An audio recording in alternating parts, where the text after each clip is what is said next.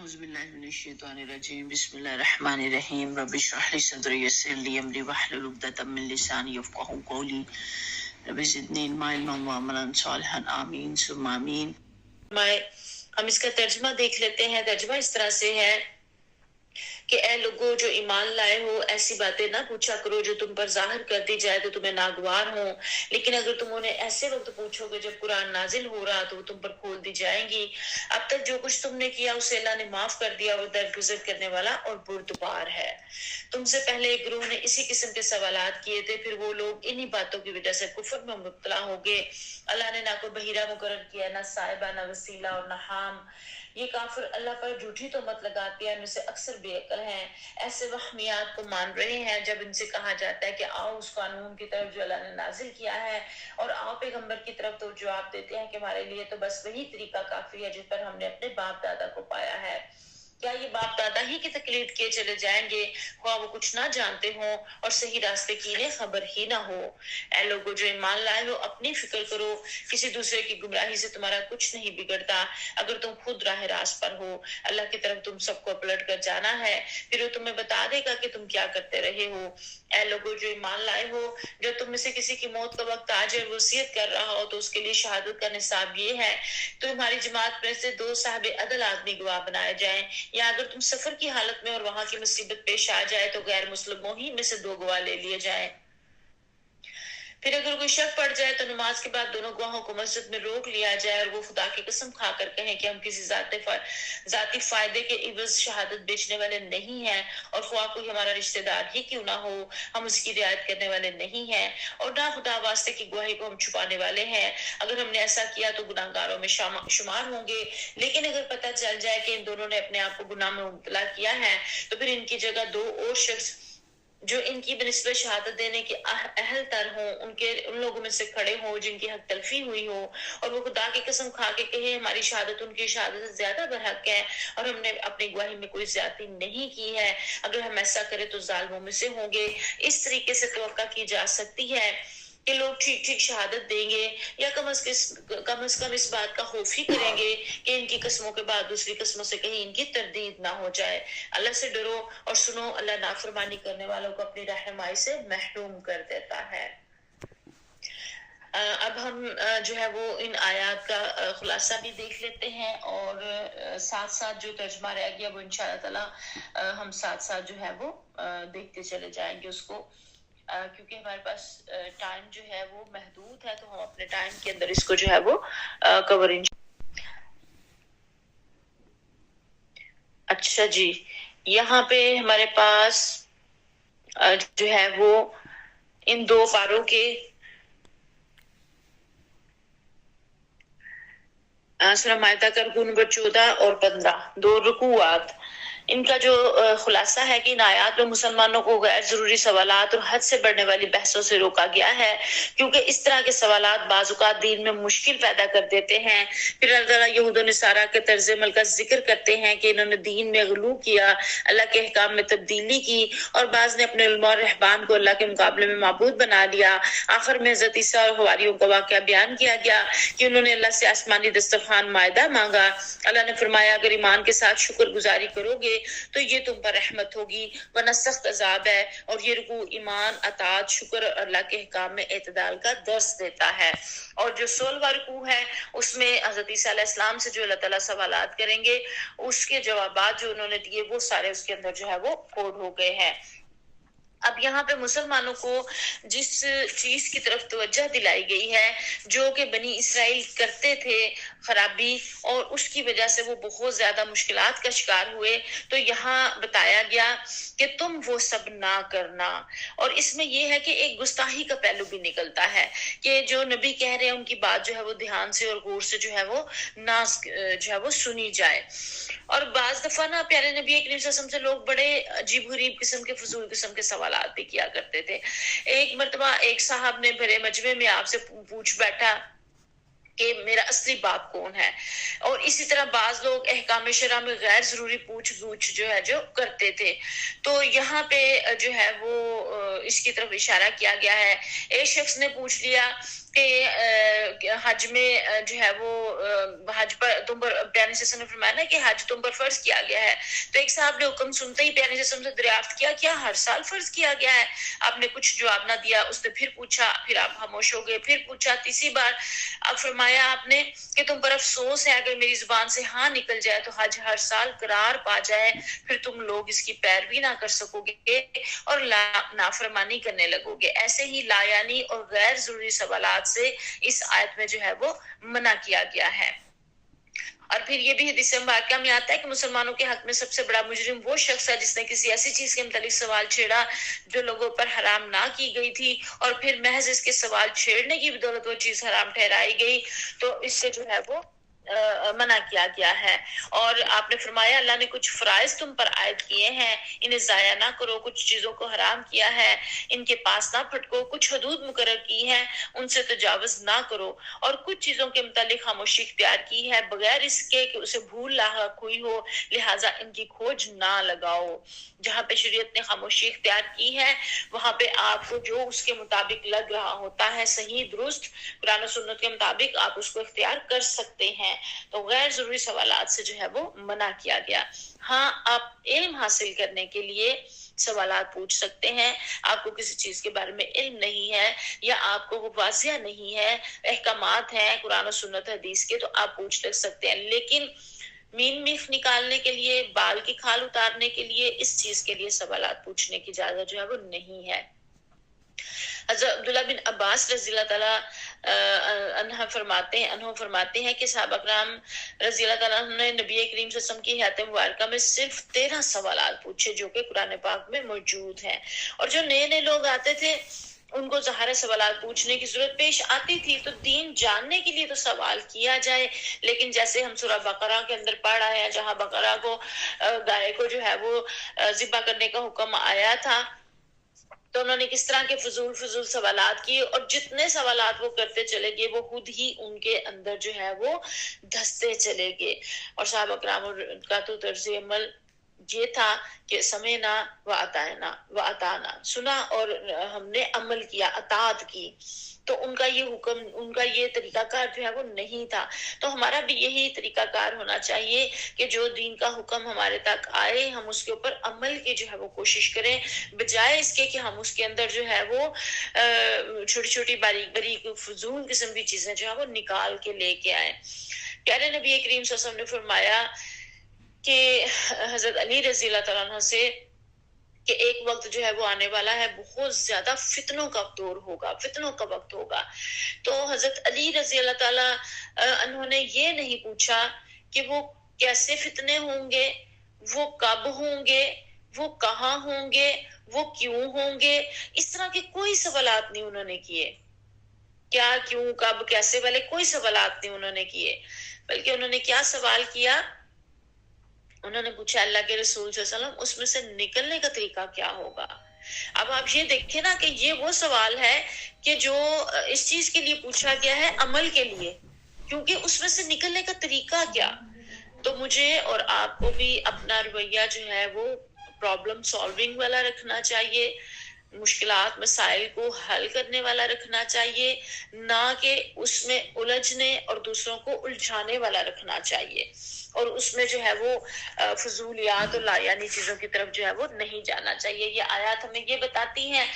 اور پھر اللہ تعالیٰ نے اگلی آیت میں کہا کہ اللہ نے کوئی بحیرہ اور صاحبہ اور وسیلہ اور حام جو ہے وہ مقرر نہیں کیے.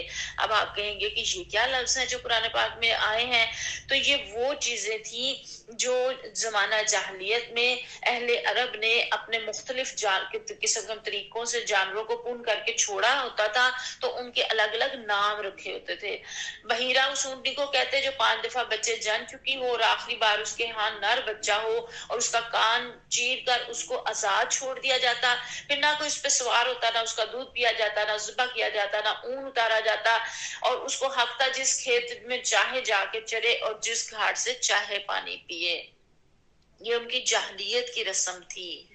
تو صاحبہ کیا تھا, صاحبہ اس اونٹنی کو کہتے تھے جو کسی منت کے پورے ہونے یا کسی بیماری سے شفا پانے یا کسی خطرے سے بچ جانے پر شکرانے کے طور پہ جو ہے وہ پن کر دیا ہو. اور جس اونٹنی نے 10 بچے جنم دے دیے ہوں، ہر بار مادہ ہی جنی ہو، اسے بھی آزاد چھوڑ دیا جاتا تھا۔ اور وسیلہ کیا تھا؟ اگر بکری کا پہلا بچہ نر ہوتا تو خداؤں کے نام پر ذبح کر دیا جاتا، اور اگر مادہ ہوتا تو رکھ لیا جاتا، اور نر اور مادہ اکٹھے پیدا ہوتے تو ذبح کرنے کی بجائے یوں ہی خداؤں کے نام پر چھوڑ دیا جاتا، اور اس کا نام جو ہے وہ وسیلہ رکھا ہوا تھا۔ اور حام کیا تھا؟ حام اگر کسی اونٹ کا پوتا سواری دینے کے قابل ہو جاتا تو اس بوڑھے اونٹ کو آزاد چھوڑ دیا جاتا، اور اگر اس اونٹ کے نطفے سے 10 بچے پیدا ہو جاتے تو اسے بھی آزادی مل جاتی۔ اب یہ انہوں نے خود سے بنائے ہوئے گڑے ہوئے تھے۔ آگے ہماری سورہ آل عمران شروع ہو رہی ہے، اس میں زیادہ اس کی تفصیل جو ہے وہ آئے گی۔ تو ان ساری چیزوں سے جو ہے وہ منع کیا گیا کہ جاہلیت کے یہ طریقے ہیں۔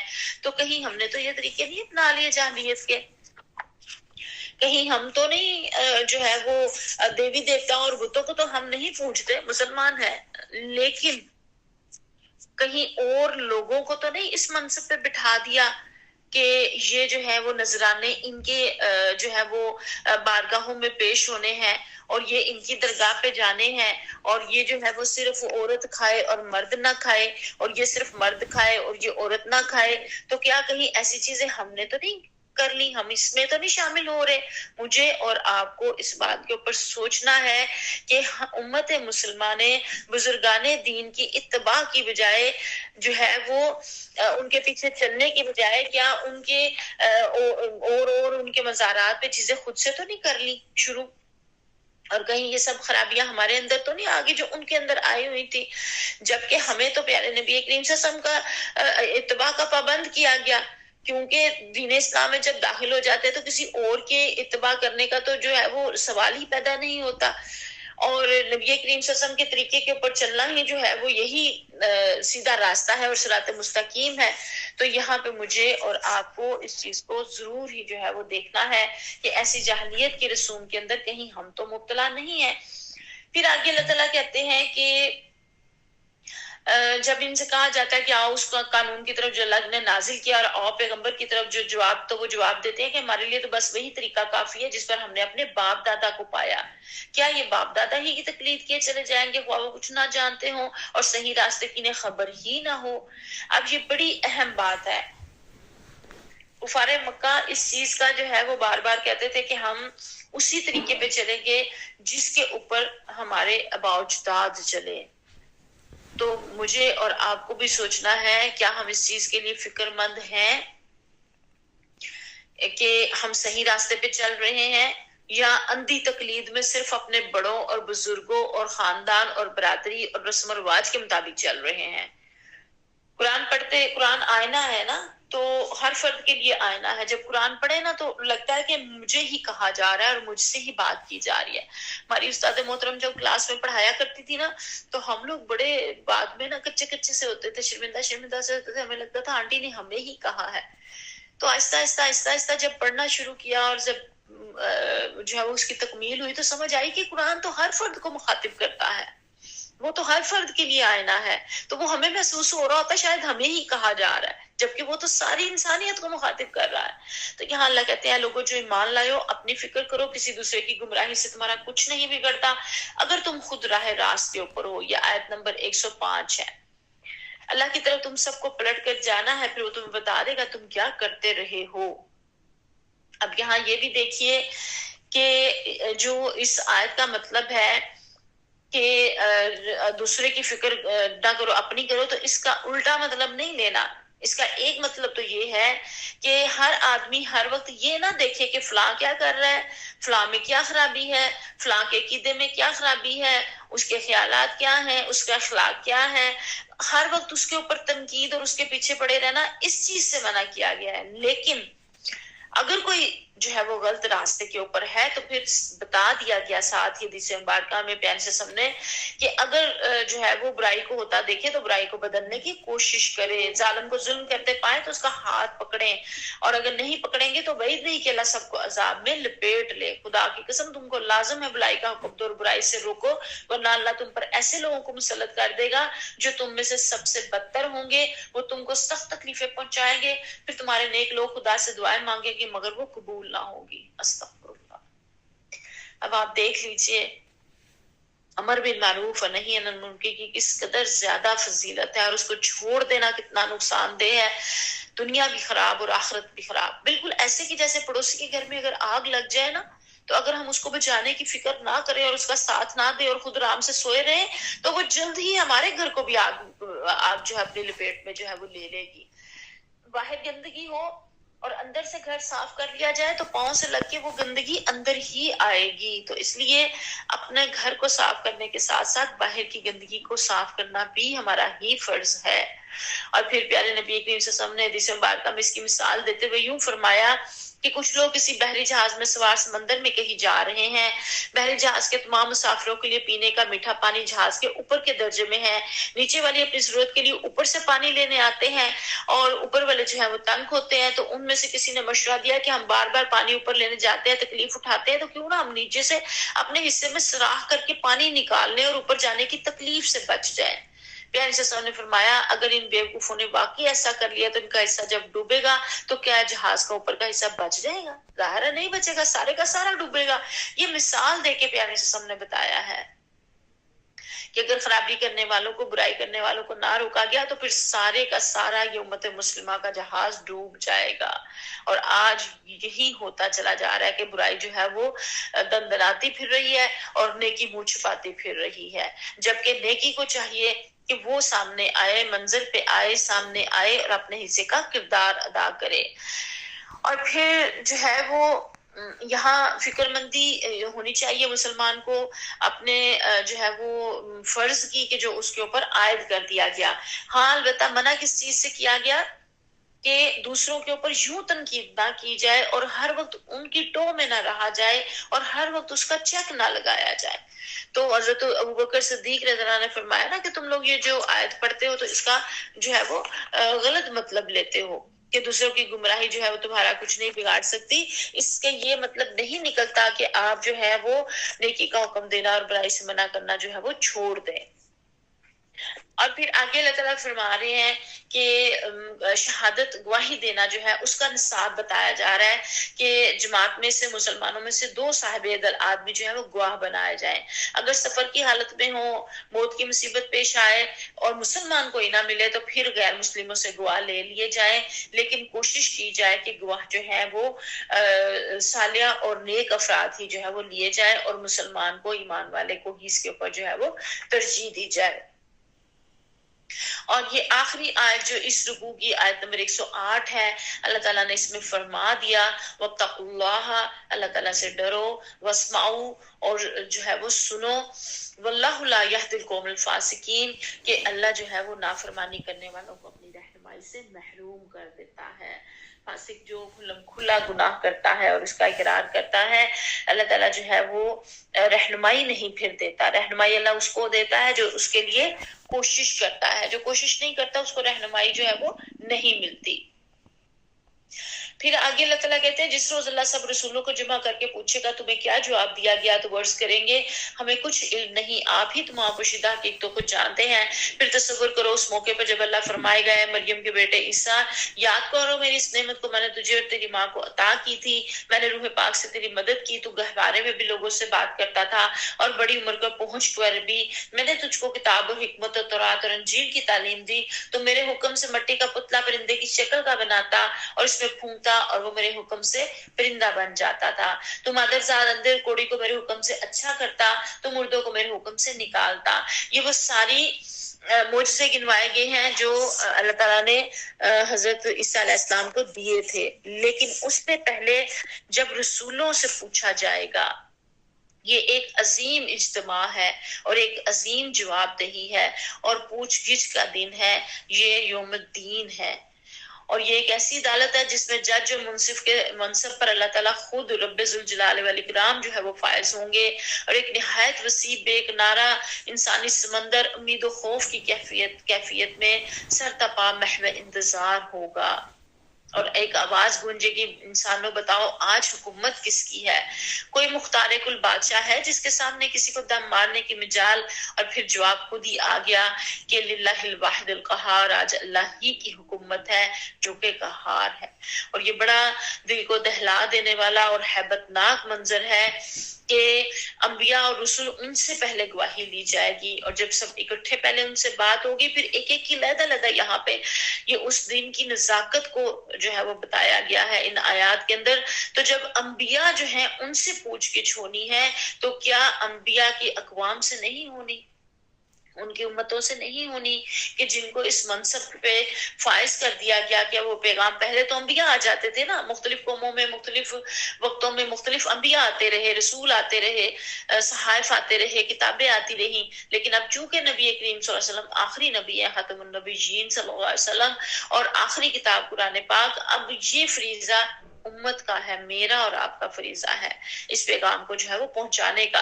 تو پھر ہماری بھی اسی طرح سے ہم سے بھی پوچھ ہونی ہے کہ کیا ہم نے یہ پیغام پہنچایا؟ جتنی ہماری استطاعت ہے، جتنی ہماری صحت ہے، جتنے ہمارے جو ہے وہ صلاحیت ہے، اس کے مطابق ہی جو ہے وہ پوچھ ہونی ہے، لیکن کیا ہم نے یہ فریضہ انجام دیا؟ اس میں کوئی کمی بیشی تو نہیں کی؟ تاریخ میں آتا ہے کہ کسی صاحب کو امام ابو حنیفہ رحمۃ اللہ علیہ سے کوئی کام پڑا، تو اس نے سوچا کہ امام صاحب جو ہے وہ نماز میں مل جائیں گے، چنانچہ وہ عشاء کی نماز میں مسجد میں چلا گیا، تو بیٹھ گیا۔ تو نماز میں امام صاحب نے جو آیت تلاوت کی وہ جو ہے وہ سورہ یاسین کی آیت تھی، وَامْتَازُوا الْيَوْمَ أَيُّهَا الْمُجْرِمُونَ، اے مجرموں آج الگ کھڑے ہو جاؤ، یعنی اللہ کے نیک بندوں کے ساتھ کھڑے ہونے کی اجازت نہیں ہے۔ استغفر اللہ۔ یہ شخص جو امام صاحب سے ملنے گیا تھا وہ کہتا ہے کہ نماز کے بعد میں نے امام صاحب کو دیکھا، وہ متواتر اس آیت کو تلاوت کر رہے تھے اور آہیں کھینچ رہے تھے۔ میں نے دیر تک انتظار کیا اور نا امید ہو کے اٹھایا۔ تہجد کے وقت پہنچا تو امام صاحب کو اسی کیفیت میں پایا، وہ زاروں قطار رو رہے تھے اور اس آیت کی تلاوت کرتے ہوئے یہ درخواست کر رہے تھے کہ یا اللہ، جس دن مجرموں کو الگ کیا جائے گا اپنے غلام پر رحم فرمانا اور اسے بخش دینا۔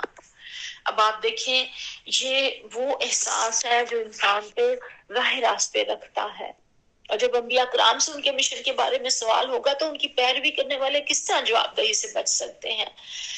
اللہ حسبنا حسابا یسیرا، اللہ تعالیٰ ہمارا آسان حساب لینا، اللہ تعالیٰ ہمیں بلا حساب ہی جنت میں داخل کر دینا، اللہ تعالیٰ اس مشکل وقت میں اپنے عرش کے سائے کے نیچے جگہ دینا۔ اور آپ دیکھیں کہ وہ امام ابو حنیفہ جو ہے وہ کتنے گھنٹے روتے رہے اسی ایک آیت کو جو ہے وہ لے کر۔